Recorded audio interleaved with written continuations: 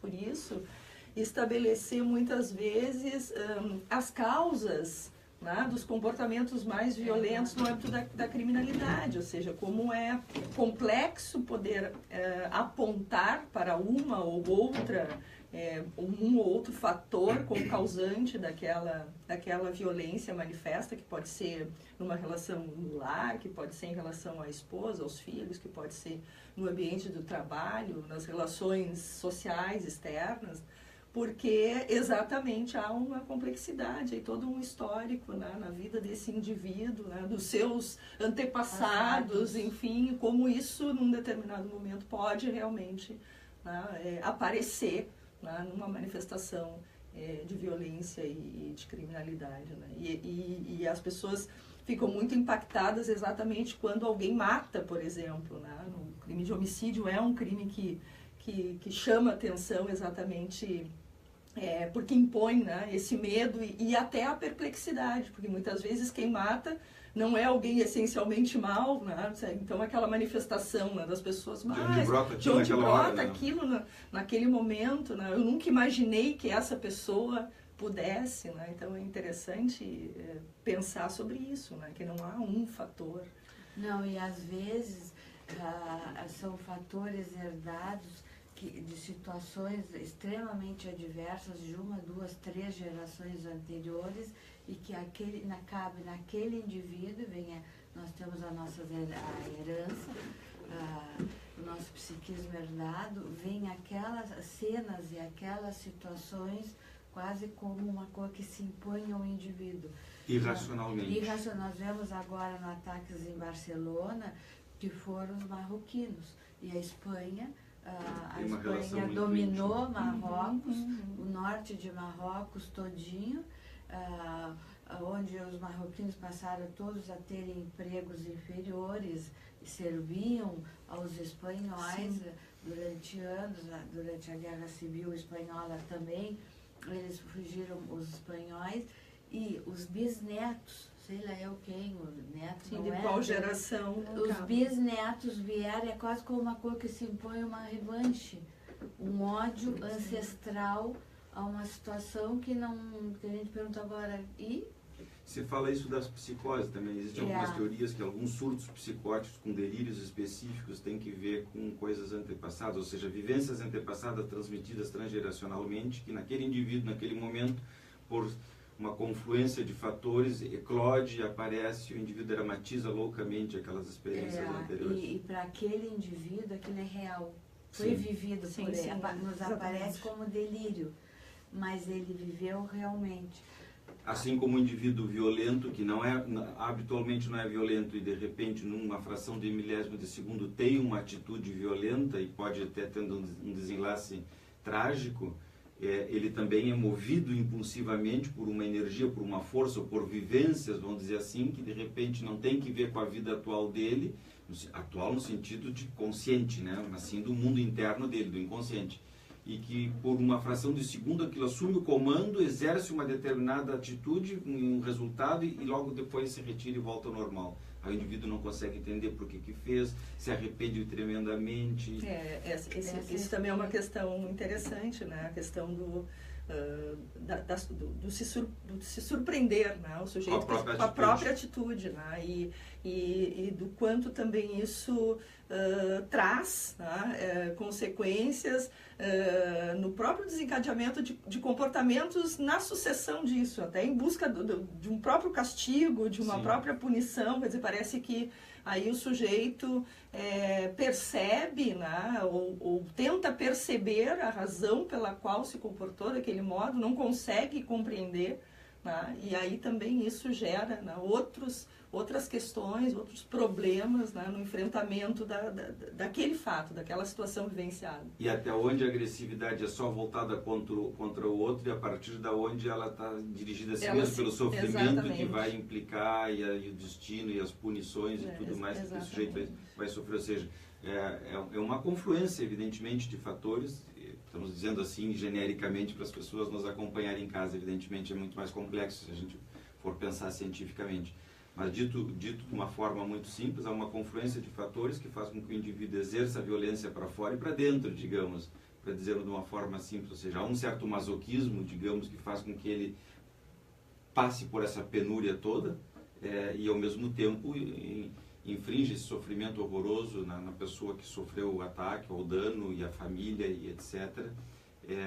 De uma maneira muito intensa. E o importante é perceber que é de forma automática, ou seja, o indivíduo não tem muita... Claro, estamos falando dos que não são premeditados, né? Sim, sim. Nós referimos esses ataques que surgem como surtos, digamos assim, que o indivíduo não tem controle e faz disso coisas desadequadas e depois se arrepende. Como algo que vem de dentro, como se fosse uma mola, um gatilho, como se fosse um ato falho que faz o indivíduo dizer coisas que vêm de dentro dele. Evidentemente ele é o autor, mas que ele não tem a consciência plena de tudo aquilo que está acontecendo. Eu quero perguntar da doutora Ana Cláudia a experiência dela, que é advogada criminalista, porque isso é do indivíduo que tem uma invasão naquele momento, falando de instinto, da instintividade de morte, mas tem pessoas que têm um predomínio do instinto de vida no seu funcionamento. De vida ou de morte? De morte. De morte no seu funcionamento. O de vida está só a serviço dele se aproximar de alguém, de lesar, Sim. de matar, de usurpar bens, pode ser em vários níveis. A corrupção é um exemplo disso. Qual é a vivência, como é que nós podemos pensar a respeito? Se me derem um segundinho antes, eu queria só fazer uma breve fundamentação no sentido da desmescla. Mescla e desmescla, eu acho que é espanhol.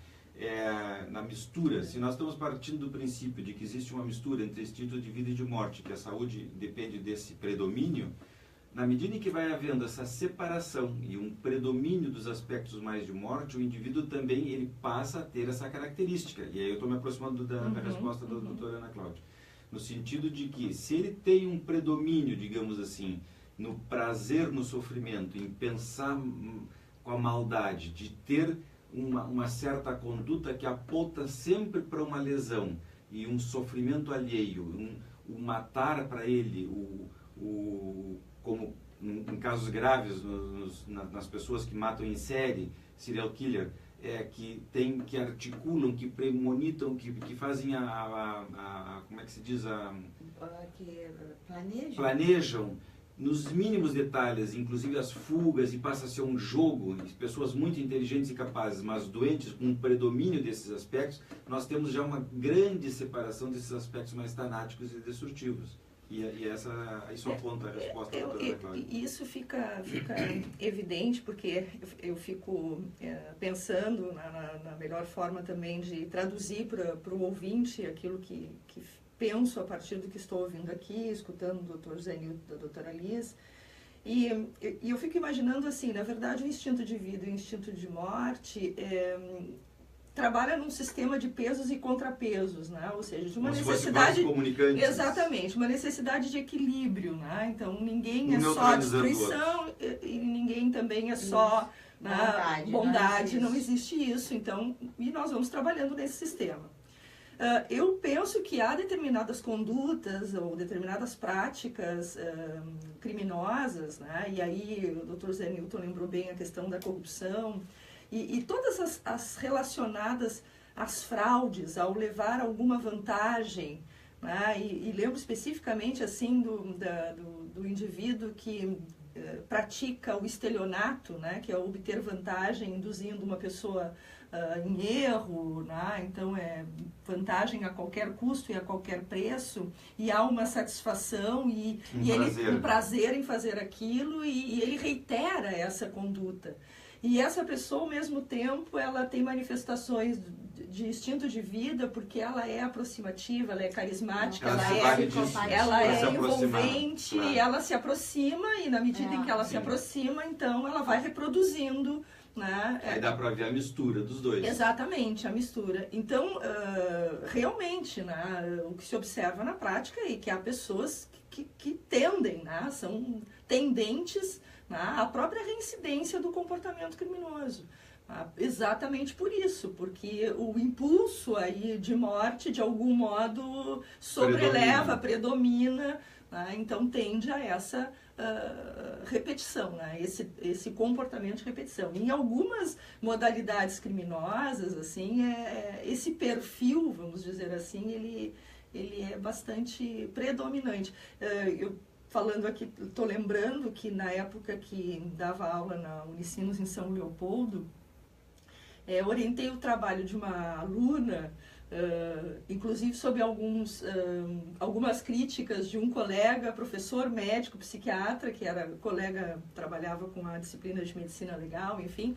Mas, de qualquer forma, a menina foi muito insistente e ela fez exatamente essa relação entre o autor, o agente dos crimes, ou do crime de estelionato, né, e fazendo exatamente uma comparação com eventuais transtornos psicológicos decorrentes desse desequilíbrio, né, que tendem, porque isso no direito e no direito penal é bastante evidente, ou seja, tendem a uma repetição, que são punidos e respondem aos processos e voltam outra vez, então não saem daquele círculo, né, vicioso de repetição do comportamento de maneira assim muito significativa. E aí entra o tema da compulsão à repetição e o além do princípio do prazer, ou seja, que não só as coisas prazerosas se repetem, mas também as desprazerosas. Exatamente. Não, e repetimos ancestralmente as coisas boas e as coisas ruins. Mas isso é a compulsão à repetição. E no crime, não no estelionato, no assassinato, existe isso também? Existe também, né? Existem aquelas pessoas, né, conhecidas como os seriais, né, os homicidas seriais, que também, né, assustadoramente reproduzem, às vezes até em curtos espaços de tempo, né, reproduzem uma série de condutas, e aí nem só no homicídio, mas também nos crimes sexuais, né. No Brasil já temos, né, várias também situações, né, de repetições de comportamentos de natureza sexuais repetitivos, e com a morte da vítima também, mas quer dizer, a intenção inicial do agente também impelir a vítima ao sofrimento pelo abuso, pela ofensa aos seus aspectos mais íntimos, a determinação de sofrimento, enfim. Então, essa repetição, ela também acontece nesses crimes que são, vamos dizer assim, de maior violência objetiva, né? Que se materializa no corpo morto, né, no corpo violado. Então, isso também aparece bastante, né? E aparece também num esquema de repetição, né? E é interessante, ao mesmo tempo, também pensando e dividindo o pensamento com o Dr. Zé Nilton e a doutora Lise, também com os ouvintes, com os que nos escutam o programa, e que, ao mesmo tempo, do ponto de vista da punição no direito penal, é interessante, porque a repetição dos comportamentos, em algumas situações, tendem à minimização da punição penal, né? Que é o que a gente chama de continuidade delitiva, né? O sujeito que age em continuidade delitiva, que repete, que reproduz, né, comportamentos num lapso temporal e que age do mesmo modo, nas mesmas circunstâncias, os mesmos contextos, né, ele tende a receber uma punição menos expressiva. Exatamente entendendo que esse fato, na verdade, é um fato único. A continuidade dele não retira a unicidade daquele comportamento. E por isso mesmo ele acaba recebendo uma punição menor. Quer dizer, então não é um somatório das penas para cada um desses fatos individualmente. Mas é como se todos esses fatos que sucederam num lapso temporal fosse, na verdade, uma única manifestação. Claro, e do ponto de vista psíquico, eu diria que essa pessoa teria que estar afastada da sociedade, não no sentido, mas que ela não tem como... Os que são repetitivos. Os repetitivos. O que tem essa situação, nós começamos o programa mais impulsiva, por aí ele trabalhado, é um evento trabalhado, isolado, trabalhado e até no sentido psicológico ou com medicação, isso não atende esse indivíduo pode se reintegrar à sociedade, viver a sua vida normalmente. O que é repetitivo, porque ele não consegue dominar isso. Não é uma coisa que ele até aparece como intencional, a sedução da vítima, mas ele não vai, isso não vai mudar. Isso não vai parar. É uma repetição monótona do mesmo. Isso é a compulsão, a repetição, o que o Dr. Zé Newton fala, descrito por Freud, que tem a ver com o instinto de morte. Nós repetimos situações adversas nossas, atuais, infantis, fetais e herdadas, sem que a gente tenha consciência nenhuma ao longo da vida. E nós não temos como mudar isso, a não ser que se trate. E aqui, para modificar isso não é uma propaganda, tem que ser um tratamento analítico, que é onde vai apontar o inconsciente. O condutista comportamental vai mudar atitudes, mas esse inconsciente se manifesta ou sim ou sim. Agora, o programa está voando, nós já estamos no ar há meia hora. Então nós vamos fazer um pequeno corte para nossos comerciais e para o bloco seguinte eu queria deixar a seguinte questão. Se o indivíduo tem isso dentro dele, se a essência dele é prioritariamente má, digamos assim, fazendo um pouco... Tem indivíduos assim, eu vou citar Hitler, vou citar aqui os governantes da Venezuela, que não se importam nem por um segundo que o povo passe fome, sofra, etc., em nome de um ideal que nem sabemos muito bem qual é, destrói uma nação inteira pelo narcisismo, pelo egocentrismo de alguém, que não tem sentido maior comparando com todo mundo, ou Hitler, por exemplo, dentro do seu mundo absolutamente destrutivo, semear e fazer todas as coisas que fez, não só com os judeus, com todas as questões bárbaras que fez com os judeus, mas com o mundo como um todo, as guerras, as invasões e tudo mais. Como é que fica a cabeça? Se tem conserto uma pessoa dessa, da onde vem isso, que tipo de predomínio tem, etc, etc. Nós vamos fazer um breve intervalo comercial e o pessoal do Facebook, que já teve essa queda traumática com a câmera que se despencou e que nós conseguimos provisoriamente restabelecer, agora vamos revisar tudo ali. Também vamos fazer um breve intervalo no vídeo e retornamos brevemente.